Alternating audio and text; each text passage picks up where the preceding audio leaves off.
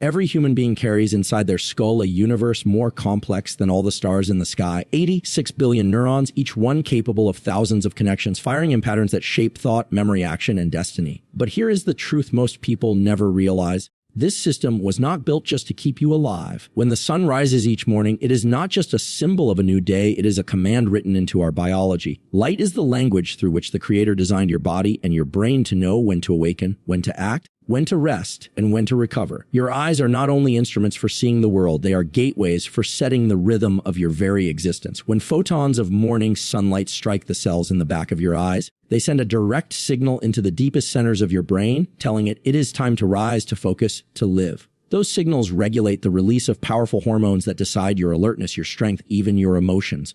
Miss this signal and your brain drifts, confused about whether it should energize you or slow you down. Honor this signal and you align with the way you were built to thrive. Think about how precise this design truly is. The brain has no windows, yet it knows the time of day by the light patterns entering through your eyes. Morning sunlight, rich in certain wavelengths, tells your body to suppress melatonin, the hormone of sleep, and to increase cortisol in just the right amount, not as a stress toxin, but as a natural wake-up call. That surge is not meant to harm you. It is meant to prepare you for action, sharpening your mind and fueling your muscles. This is why the first hour after waking holds so much power. If you step outside, if you expose your eyes to the brightness of the natural world, you anchor your system to the clockwork that has been turning since the beginning of creation. Modern life has pulled so many away from this ancient rhythm. We wake to screens, to dim lights, to closed curtains, and wonder why fatigue chases us through the day. Artificial light in the morning is not enough. Indoor bulbs lack the intensity and spectrum that your brain craves to set its internal compass. Without that compass, you drift into anxiety, poor focus, and disrupted sleep. But when you give your brain what it was designed to receive,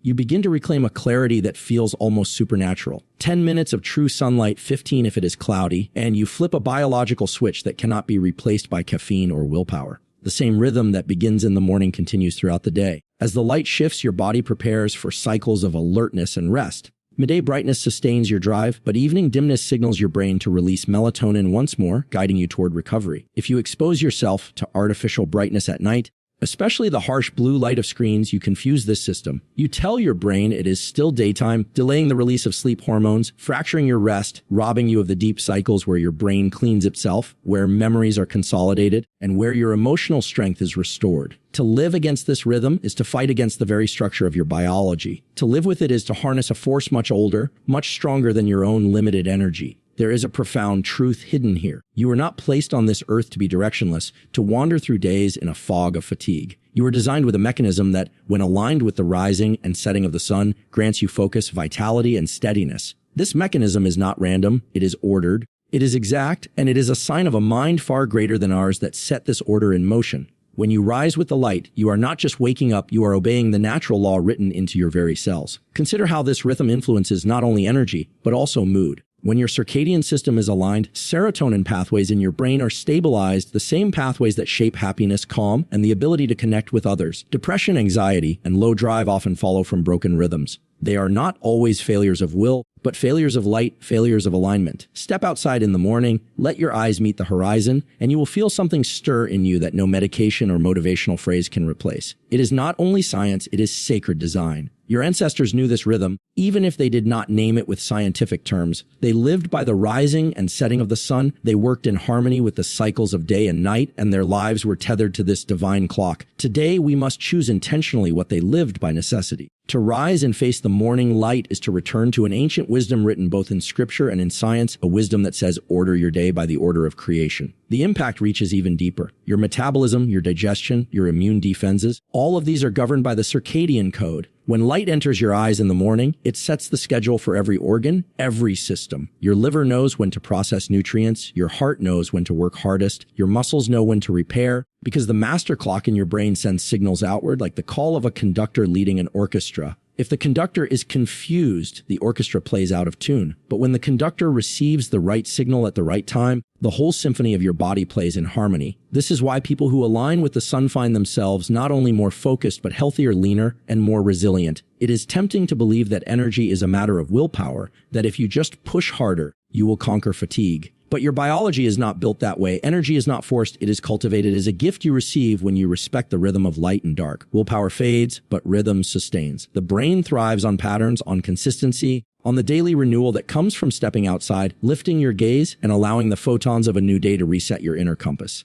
And in that moment, standing in the morning light, you are reminded that your brain is not broken, your energy is not gone, your focus is not lost. They are simply waiting for you to return to the design that was given to you. The design that whispers through the rising sun, wake, rise, conquer. Stress is not your enemy. It is the forge in which your brain and body were designed to become unbreakable. When pressure comes, when fear rises, when your heart races and your breath shortens, that is not weakness. That is your nervous system being activated, calling on ancient pathways meant to protect you, to sharpen you, to prepare you for battle. Too often we mistake this divine design for failure. We say we are anxious, we say we are overwhelmed, when in truth our body is declaring you are alive, you are capable, you are being tested so that you may rise stronger than before.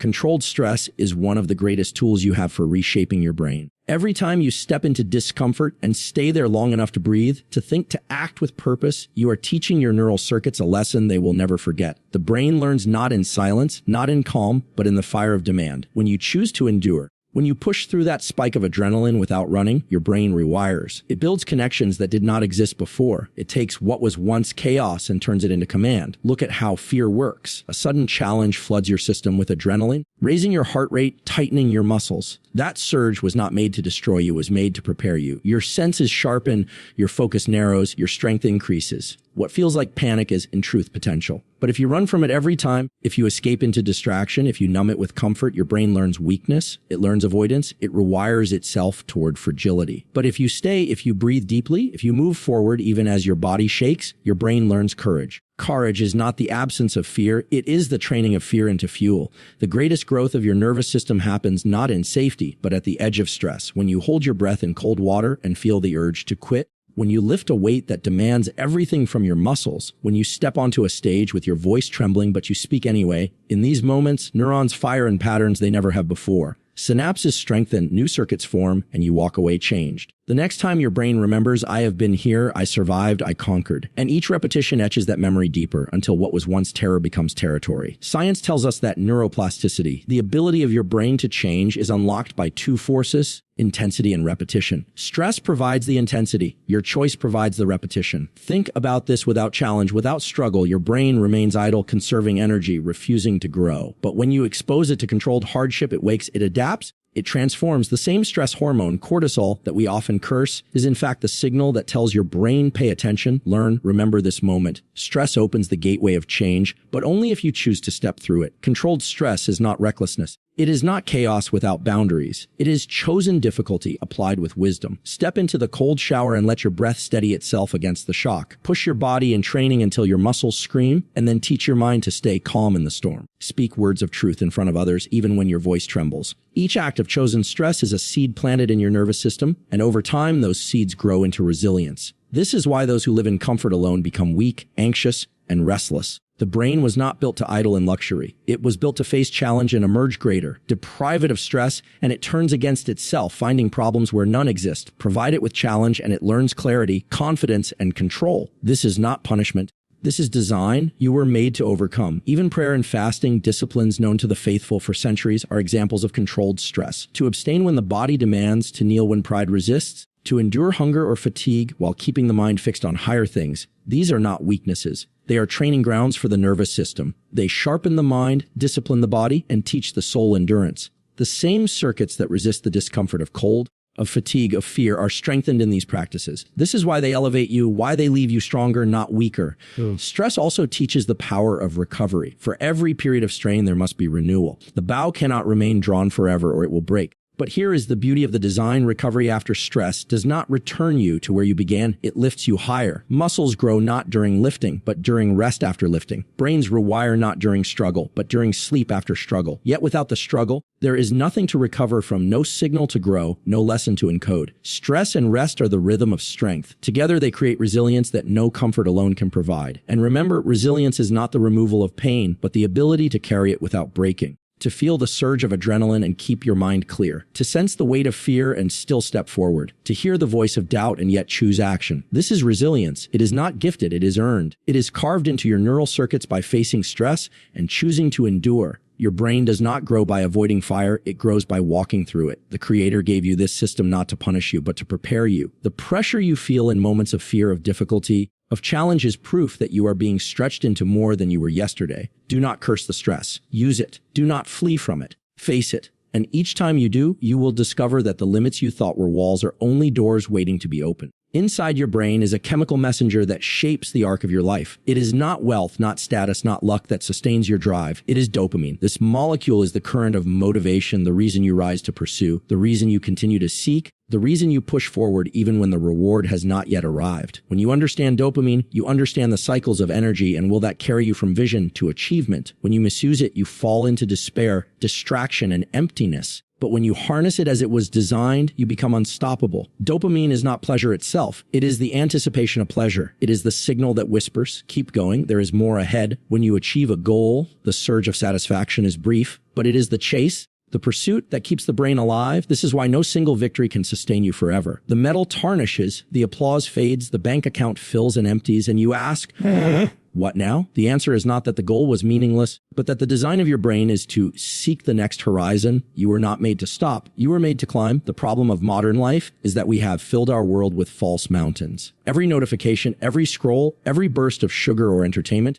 each one hijacks the dopamine system, giving you a tiny pulse of motivation without direction. You feel the spark, but no fire. You feel the thrill, but no victory. Over time, the receptors in your brain grow numb, demanding more stimulation for less reward, leaving you restless, bored, addicted to cheap signals that never deliver. This is not freedom. This is slavery to false peaks. But when you learn to harness dopamine with wisdom, you can channel it like a river toward the goals that matter. The first step is understanding that dopamine rises not at the end, but during the climb. This means you must fall in love with the process, not just the result. When you set your sights on a worthy goal, every step toward it is a signal to your brain that growth is happening, that progress is being made. If you only wait for the end, you waste the power of the journey. But if you reward yourself with awareness, reminding yourself that effort itself is the prize, then each day of struggle becomes fuel. Consider fasting, prayer, training, study the long labors of the craftsman or the warrior. None of these give instant pleasure, but all of them trigger dopamine when framed as pursuit. Each repetition, each sacrifice, each act of consistency tells the brain, this is progress, keep going. When you connect effort with meaning, dopamine transforms from a fleeting spike into a steady fire that can burn for years. Another truth about dopamine is that it is relative. The size of the surge is not only about the reward, but about the contrast. If you indulge constantly, even great victories feel dull. But if you practice restraint, even small joys shine with brilliance. This is why discipline increases delight. By abstaining from constant cheap rewards, you reset your sensitivity. Food tastes richer, music feels deeper, love becomes more profound,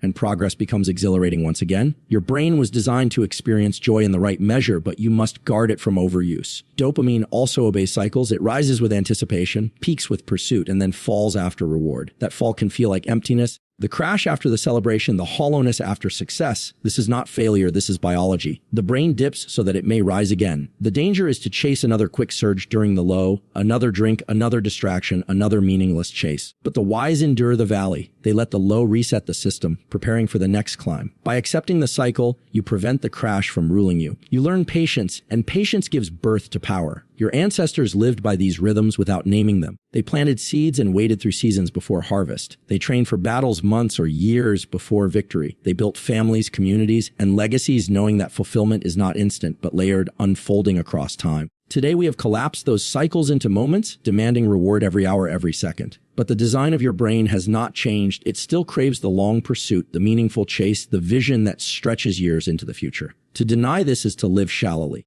To embrace it is to find purpose that never dries out. When aligned with faith, dopamine becomes not only a biological tool, but a spiritual compass. It teaches you that life is not meant to be a single peak, but a journey of peaks and valleys. It humbles you when you grasp at quick pleasures, reminding you that the true fire is found in sacrifice, in service, in patient striving, and it strengthens you when you are tempted to give up, whispering through every cell of your body, keep going, the reward is ahead. There is also wisdom in how dopamine connects to others. Your brain does not only release it for personal gain. Acts of giving, of teaching, of lifting others trigger the same circuits. This is why service is not just duty, but joy. The Creator wired you to find motivation not only in selfish pursuits, but in love, in leadership, in contribution. A life built only on personal dopamine is small. A life that links dopamine to the growth of others is vast. You must train this system like a warrior trains his sword. Remove the constant noise that dulls your sensitivity. Choose goals that stretch you beyond comfort. Celebrate effort as much as victory. Guard your valleys so you do not chase shallow highs. Align your pursuit with faith and service. In doing this, you turn a fragile chemical into a lifelong engine. Dopamine is not a weakness, it is not a trick, it is not a trap when you master it. It is the design that pulls you forward, that keeps you from stagnation, that ensures you never stop growing. It is proof that you were not made to sit in stillness, but to climb mountains, not once, but again and again, with every climb shaping you into the person you were always meant to be. Focus is not a gift. It is not something some are born with while others are doomed to scatter their attention. Focus is a skill forged through training, sharpened through repetition, and strengthened through deliberate struggle. Your brain was designed to concentrate, to narrow its energy on what matters most, but in a world filled with constant noise, it must be trained like a muscle. Without training, it grows weak and restless. With training, it becomes a weapon that can cut through any obstacle. When you direct your attention toward one task, one word, one act, the neurons in your brain begin to fire together. The more they fire together, the stronger their connections become. This is the law of neuroplasticity. What you repeat becomes who you are. If you allow your attention to scatter across 1,000 meaningless fragments, your brain wires itself for distraction. If you discipline your attention to stay with a single purpose, your brain wires itself for mastery. Every moment you choose to stay, to resist the pull of interruption, to remain present in your task, you are literally carving new circuits in your mind. The tragedy of modern life is that people confuse business with focus. They chase notifications, open 10 windows at once, answer every vibration of their phone, and call it productivity. But the brain does not thrive on constant switching. Each shift comes at a cost. Each distraction tears your neurons away from deep work, leaving you exhausted but unaccomplished. True focus is not about doing more things faster. It is about immersing deeply into fewer things with complete presence. Mastery is born not of multitasking, but of single tasking with devotion. There is a reason why prayer, meditation, and reflection are so powerful. These ancient practices are not only spiritual acts, they are training grounds for attention. To kneel, to quiet the mind, to repeat words with intention, to block out distraction. These acts strengthen the same circuits of focus that you need for work, for learning, for creation. In those moments of stillness, you are teaching your brain, I am in control, not the world around me. I decide where my attention goes. And once you have trained that control, you can carry it into every area of life. Breath is another key. When your mind races, when focus shatters, your breathing is often shallow, rapid, chaotic. By slowing your breath, by taking control of your inhales and exhales, you seize control of your nervous system. This steadiness tells your brain we are safe, we can concentrate. In this way, the breath becomes the anchor of focus, the bridge between body and mind. Warriors and monks alike have known this truth, that mastery of breath is mastery of thought, and mastery of thought is mastery of life. But focus is not built in ease, it is built in resistance. The moment you sit to read, to write, to build, to learn, distractions will come. The itch to check a message, the urge to stand up, the pull of comfort. That is the battle. Each time you resist, you strengthen the muscle. Each time you surrender, you weaken it. Just as the body grows under resistance, so too does the mind. Focus is not the absence of distraction. It is the discipline to return again and again to the task at hand. The most powerful minds in history did not have more hours than you. They had trained attention. They had the ability to lock their minds onto a problem, a vision, a word, and remain there when others drifted. Focus is the multiplier of time. 1 hour of deep, undisturbed work can achieve more than 10 hours of scattered effort. The brain rewards this immersion, releasing chemicals that deepen learning, imprint memory, and create flow states where action feels effortless. This is not magic. It is biology aligned with discipline. But here is a truth many ignore. Focus is not endless. The brain can only sustain deep attention for a limited time before fatigue sets in. To demand constant concentration without rest is to break the system. This is why cycles of work and rest are essential. Short bursts of undistracted effort followed by deliberate recovery allow you to return sharper, stronger, clearer. Just as muscles grow through both lifting and resting, focus grows through both concentration and renewal. To ignore this rhythm is to burn out. To honor it is to build lasting power. There is also a sacred dimension to focus. Where you place your attention reveals what you worship. If your eyes are always on the trivial, your life becomes trivial. If your mind is always scattered on what does not matter, your soul grows shallow. But if you choose to fix your attention on higher things, on truth, on growth, on service, then your entire being begins to elevate. The brain follows the gaze of the soul. What you look at, you become. Focus is not only a tool for productivity, it is the compass of your destiny. Consider how even small daily acts of focused presence transform the brain. To read a page slowly absorbing its meaning. To listen fully to another human being without reaching for your phone. To complete a task from beginning to end without interruption, these may seem small, but they are bricks laid in the foundation of mastery. Day after day, they wire your brain for depth instead of shallowness, for strength instead of weakness. Over time, you build not only skill but character. Distraction is easy. Anyone can be pulled by the endless noise of this world. Focus is rare. It is the mark of discipline, the sign of mastery, the path of those who refuse to waste their days in fragments. The Creator gave you a mind capable of immense concentration, capable of unlocking mysteries, capable of creating beauty and solving problems beyond imagination. But it is your responsibility to train it, to sharpen it, to choose where it rests. Every act of focus is an act of worship, an act of resistance, an act of creation. Each time you refuse to scatter, you honor the design within you. Each time you return to the task, to the prayer, to the work, you grow stronger. And with each return, you prove to yourself and to the world that attention is not something you have lost. It is something you are reclaiming. Sleep is not weakness. Sleep is not wasted time. Sleep is the foundation upon which every act of strength, every moment of learning, every ounce of resilience is built.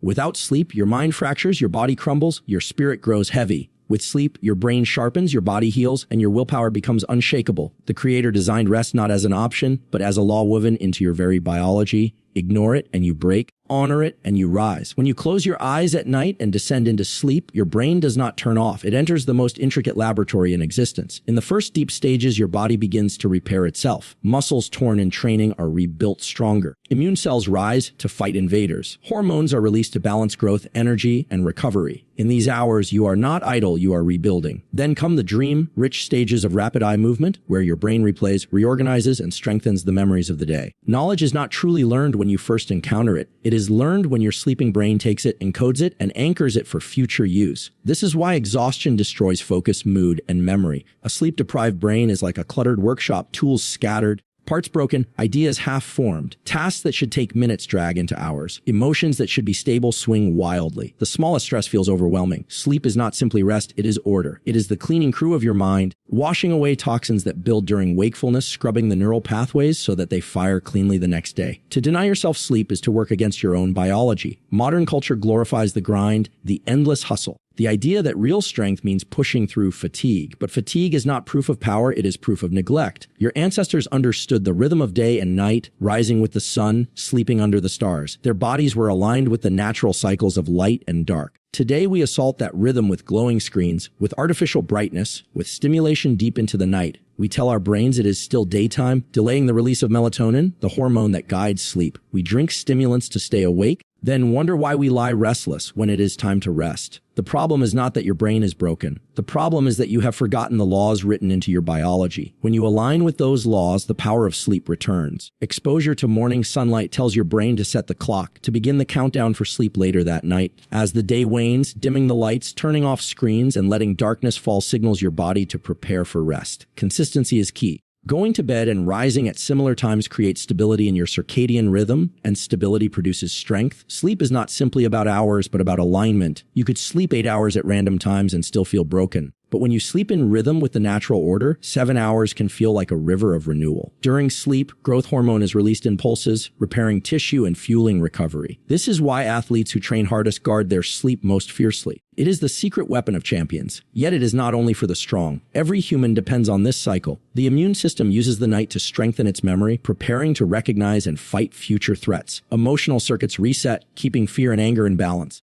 Without sleep, the amygdala, the brain's alarm system, becomes hyperactive, flooding you with panic and negativity. Sleep calms it, restores clarity, and renews your sense of control. Even spiritually, sleep is a lesson in surrender. Each night you release control, trusting that your body will breathe, your heart will beat, your brain will work in silence. You lay down your burdens, and in that surrender, you are restored. It is a daily reminder that you are not sustained by your own effort alone, but by a design greater than you. To refuse that gift, to resist that design, is to live in rebellion against your own nature. To embrace it is to walk in alignment with truth. Dreams themselves are not empty fantasies. They are rehearsals of possibility, simulations in which your brain tests scenarios, strengthens pathways, and prepares for challenges yet to come. You may wake not remembering them, but your brain remembers. It has practiced, it has prepared, it has rewired. This is why problems that seem impossible at night often yield solutions after sleep. The brain has been working silently while you rested, weaving together connections that waking thought could not find. There is also a profound link between sleep and learning. Every skill you practice, every word you read, every movement you train,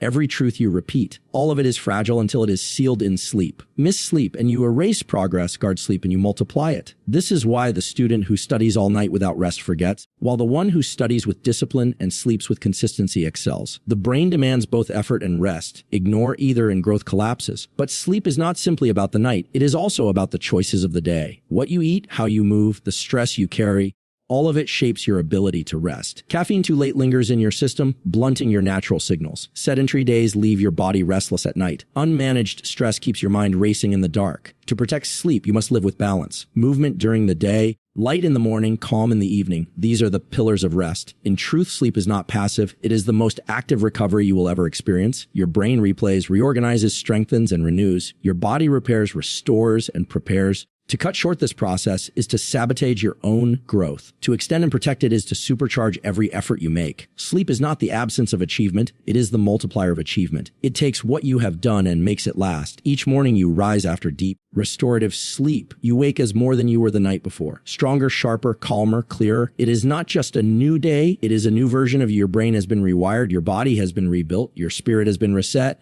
Sleep is the foundation, and upon it, everything else is built. Your brain was not built to stay the same. It was built to change. It was built to adapt, to rewire, to grow with every challenge, every failure, every triumph. This capacity for change is called neuroplasticity, and it is the greatest gift hidden inside your skull. It means you are not locked by your past. It means the patterns that hold you down are not permanent. It means who you were yesterday does not decide who you must be tomorrow. Small, consistent actions reshape your brain into the weapon it was always meant to be. Every thought, every movement, every word, every habit leaves a trace on your neural circuits. When repeated, those traces deepen, becoming paths. Your brain learns to follow those paths with ease. If you practice weakness, you wire weakness. If you practice strength, you wire strength. This is not philosophy, it is biology. Neurons that fire together wire together. The more you repeat an action, the easier it becomes until it is no longer effort but identity. That is why habits are powerful. They do not just change your schedule, they change your structure. The tragedy is that many people believe their brain is fixed. They say, I am not disciplined.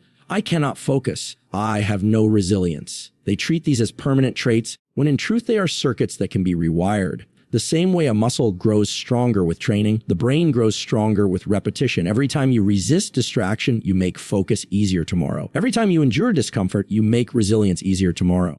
Every time you speak truth when it is hard, you make courage easier tomorrow. You are never stuck unless you stop moving. But neuroplasticity does not activate by accident. It requires a signal. And that signal is struggle. The brain changes most when you step just outside your comfort, when you push into effort that feels difficult but not impossible. This zone of challenge tells your nervous system, pay attention. This matters, adapt. If you live only in comfort, your circuits remain idle, your brain wastes away. But when you step into discomfort with intention, you trigger growth. Every act of deliberate practice is a command to your brain become more. There is also a spiritual dimension here. The Creator did not design you as a finished product. You were given the ability to grow, to rise, to transform. Each day is an invitation to renew your mind, to shed what is weak, to build what is strong. Neuroplasticity is not just a biological fact, it is a sacred opportunity. It means that no chain of the past must bind you. It means that forgiveness, discipline, faith, and persistence can literally rewire who you are. When Scripture speaks of renewal of the mind, science shows you the mechanism. This truth is seen in recovery from injury. A stroke may destroy parts of the brain, yet with effort and practice, other regions learn to take over. Pathways reorganize, new connections form, and abilities return. If the brain can rewire itself after such devastation, how much more can it change in the ordinary struggles of life? The same rules apply. Consistency, challenge, and repetition carve new circuits until what was once impossible becomes natural. But neuroplasticity is not neutral. It works in both directions. If you feed your brain distraction, addiction, negativity, then those circuits strengthen. If you surrender to fear, avoidance, laziness, then those patterns become easier to repeat. Every action is a vote for the person you are becoming. You cannot escape this law. You are training your brain daily, whether you choose to or not. The question is, are you training it towards strength or weakness, toward clarity or confusion,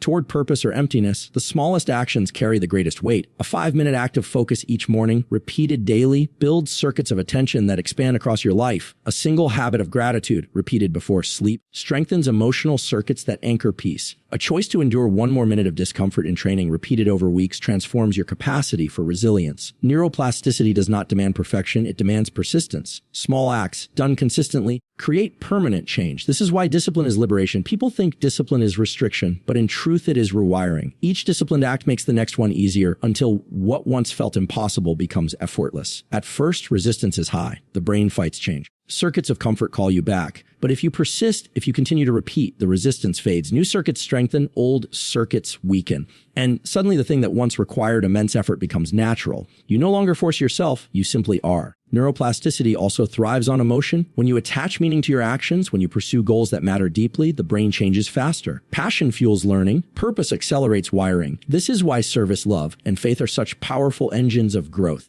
When your actions are tied to something greater than yourself, the circuits are not only stronger, they are unshakable. You do not merely train skills, you train character. Even failure becomes fuel in this system. Every mistake, every fall, every error is a signal to the brain adapt. If you respond to failure by giving up, the lesson dies. If you respond by learning, by repeating, by trying again, your brain rewires. It refines the circuits, sharpens the skill, strengthens the resilience. Failure is not the end, it is the forge. Each strike of the hammer shapes you into something greater. Sleep seals the changes. Stress provides the spark. Effort provides the repetition. Faith provides the meaning. Together, they form the cycle of transformation. Each day you live, your brain is changing. Each night you sleep, your brain is solidifying those changes. Nothing is stagnant. You are either moving forward into strength or sliding backward into weakness. There is no neutral ground. Your brain is not a prison. It is a path. It is not a fixed structure. It is a garden. What you plant grows. What you neglect withers. What you repeat becomes who you are. This is the truth of neuroplasticity. You are not simply surviving with the brain you were given. You are shaping the brain you will have. Each choice is a tool. Each effort is a brick. Each repetition is a seed. And from these, the person you are destined to become is built in silence inside the circuits of your mind.